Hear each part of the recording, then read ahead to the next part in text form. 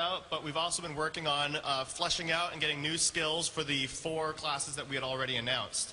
I'll show you some of those today. So obviously, for the Barbarian, we want to flesh him out, and we knew that he needed a ranged attack. And so here's an example of Ancient Spear. Now, we don't want to turn the Barbarian into a ranged class, so this is something that feels very appropriate for him. We want to sell the themes that he's strong, he's tough, he's melee, so we had to come up with something that felt appropriate for that. Over for the Wizard, we're bringing back another fan favorite. In the same way we brought back Multi-Shot, bring back some Meteor. Meteor was also a really popular skill in D2. People liked it. We liked the gameplay of it. So we brought it back, artified it up, and I'll tell you right now, when you get some runes in Meteor, that's like just, it's 5 times the fun.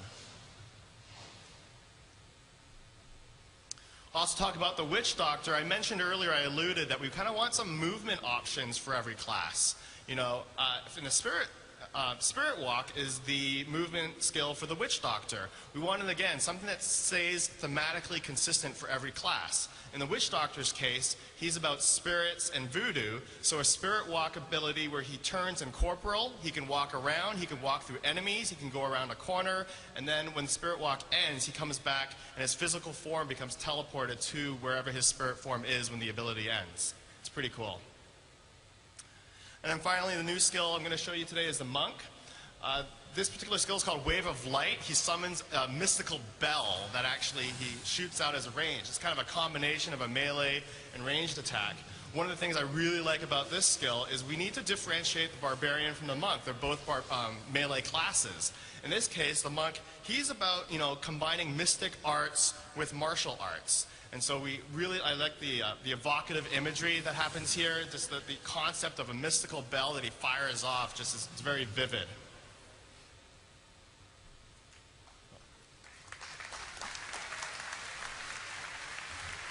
All right, back to me. So I'm going to tell you about a new system that we've added into Diablo 3 in the last year.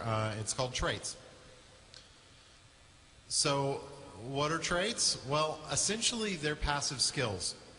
They are ways that you can customize and modify and essentially kind of role play with your character and diversify your character builds. So you gain them as you level up. It's basically every other level. You don't get a point every level, but I think it's every odd numbered level you get a trait point. And really the goal of these is to alter your core attributes and aspects of your character. So if you have a Barbarian and you want to be stronger, there's a trait for that.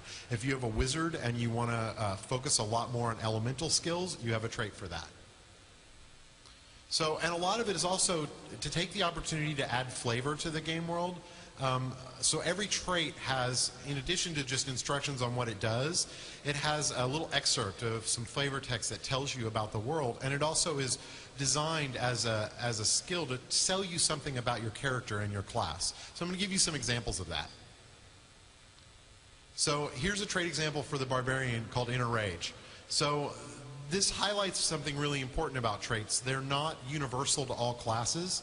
Every class gets traits that are unique to them. There's some that carry over where it makes sense, but for the most part, they're very unique to each class. So we want to sell the idea that the Barbarian not only is an angry dude, which you probably have figured that out already, but that he actually gets power through his rage. And so we have a cool name for it and also some text that kind of tells you about that. For the Wizard, a lot of the traits take on more of a magical bent. We want to make sure that we sell the idea that even when the Wizard's not casting, magic missiles and summoning up tornadoes, that there's just something inherently magic about her. So here we have a trait called Prismatic Cloak that essentially makes all of her armor spells more powerful. And it's the idea that she's just focused on this one ability such that she's amped them up. And again, we put some nice flavor text that basically sells the idea of if you choose to be this kind of wizard, this is who you are. That's something wrong with this thing. I don't know. Yeah, I think the clicker's broken. So why did we decide to do this system? There's a bunch of reasons. The main one's character customization, and those of you who know and love the original Diablo and Diablo 2 know that character customization is a huge part of the game. And if you're new to Diablo, that's what it's all about.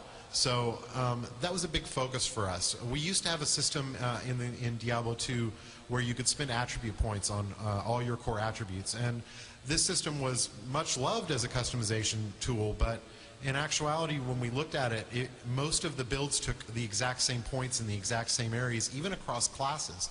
And so we didn't really feel like it was a good customization system. So Traits was really specifically to address the removal of attribute point spending. So as I mentioned before, you want a strong barbarian, somebody who hits really hard, maybe is really tough.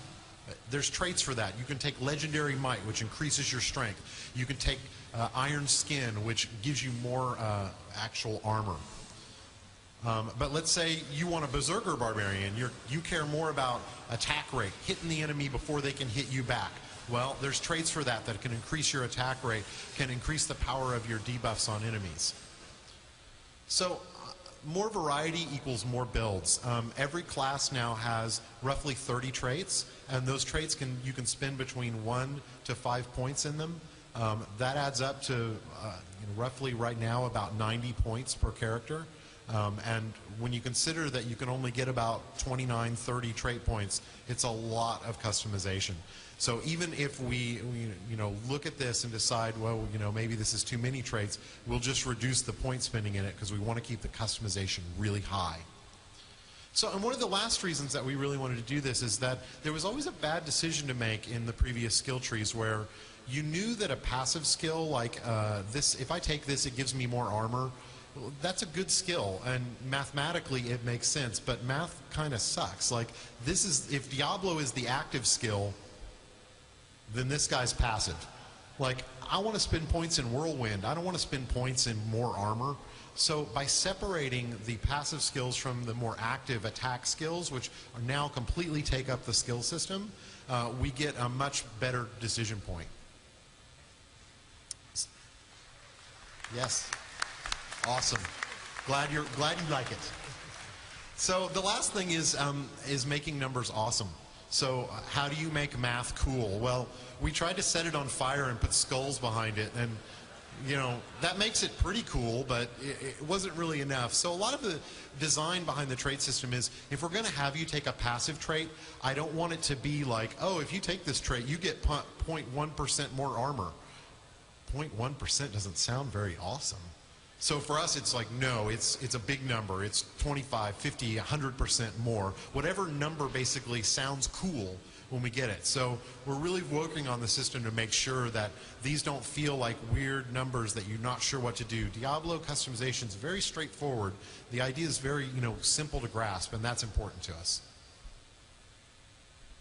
So we don't consider the system done yet, so I love to share kind of our process with all of you.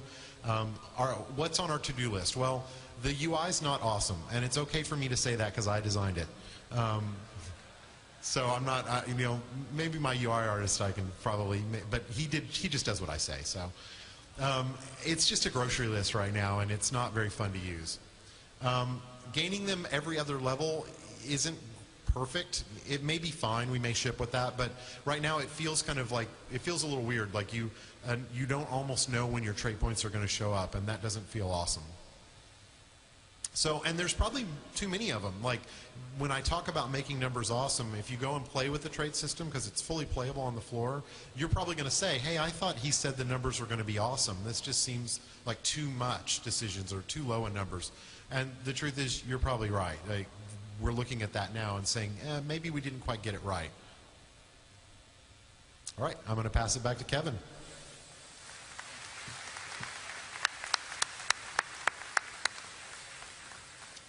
So before we get directly into the talisman, I want to talk a little bit about charms from Diablo 2. So the charm system, if you're not familiar with it, was a very simple cost-benefit thing, that there was these objects that would sit in your inventory. They take up some of your inventory space, but they would give you a wide variety of bonuses. So this was good. We liked the concept behind the system, and we liked the charms themselves. But what it led to was people keeping as many charms as they could and keeping a tiny bit of inventory space. And we didn't think that that was a great choice to have to make. And you couldn't really resist taking the charms because they augmented your build so well. So, how have we solved this? The talisman, click, there we go, is a dedicated inventory for your charms.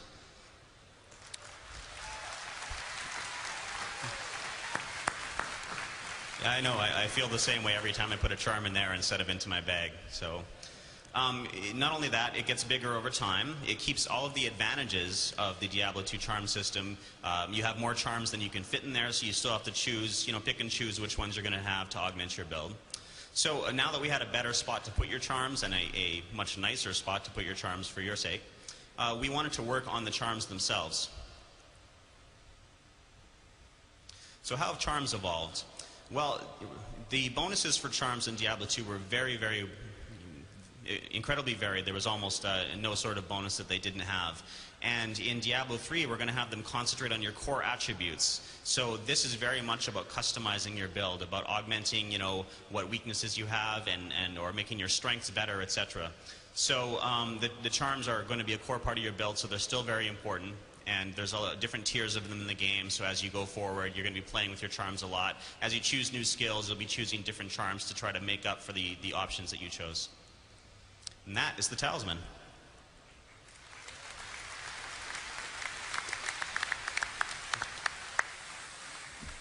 My name is Julian Love, lead technical artist on Diablo 3, and I'm going to talk to you about skill runes today. So we haven't talked about skill runes for quite a while. In fact, we kind of gave them the year off last year to let them percolate a little bit, but they're back and they're in the game and you can play them here at the show. They're fully implemented in the Witch Doctor, the Wizard, and the Barbarian. And I would urge you to just head on over at some point today and play the game and give skill runes a try. So, here. Just a quick update, getting up to speed with where we are with runes. If you remember, runes are a system for modifying your skills. They drop in the world like gems do, but instead of putting them in your items to modify what your items do, you put these in your skills and modify what your skills do. So really, skill runes are a huge customization feature for your characters. And usually when we think about character customization, people think about things like skin color or hairstyle or maybe gear.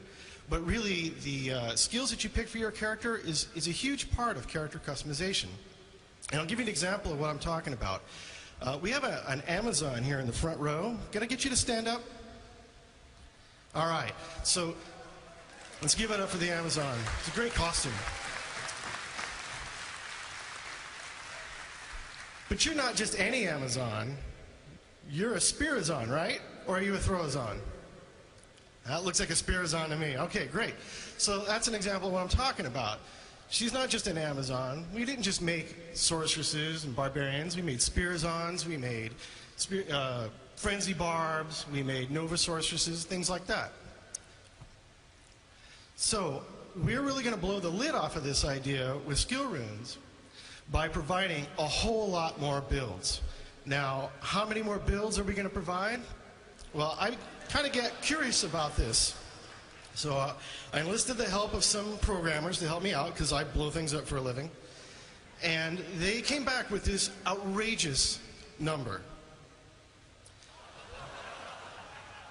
It's huge. I'm going to help you out with it. It's 96,886,000,000, blah, blah, blah, blah, blah, roughly 97 billion builds per class.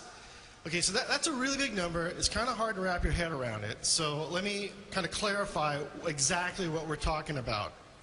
Okay, so this is the number of skill combinations with runes that you can have per class.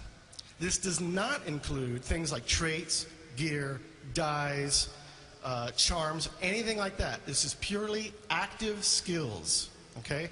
So you're really going to be able to come up with just a ton of different kinds of class combinations. But it's not just about numbers. Skill runes are going to provide a whole lot more. And one of the key things to keep in mind here is that skill runes don't just change what a skill does, they have the potential to change the way it looks.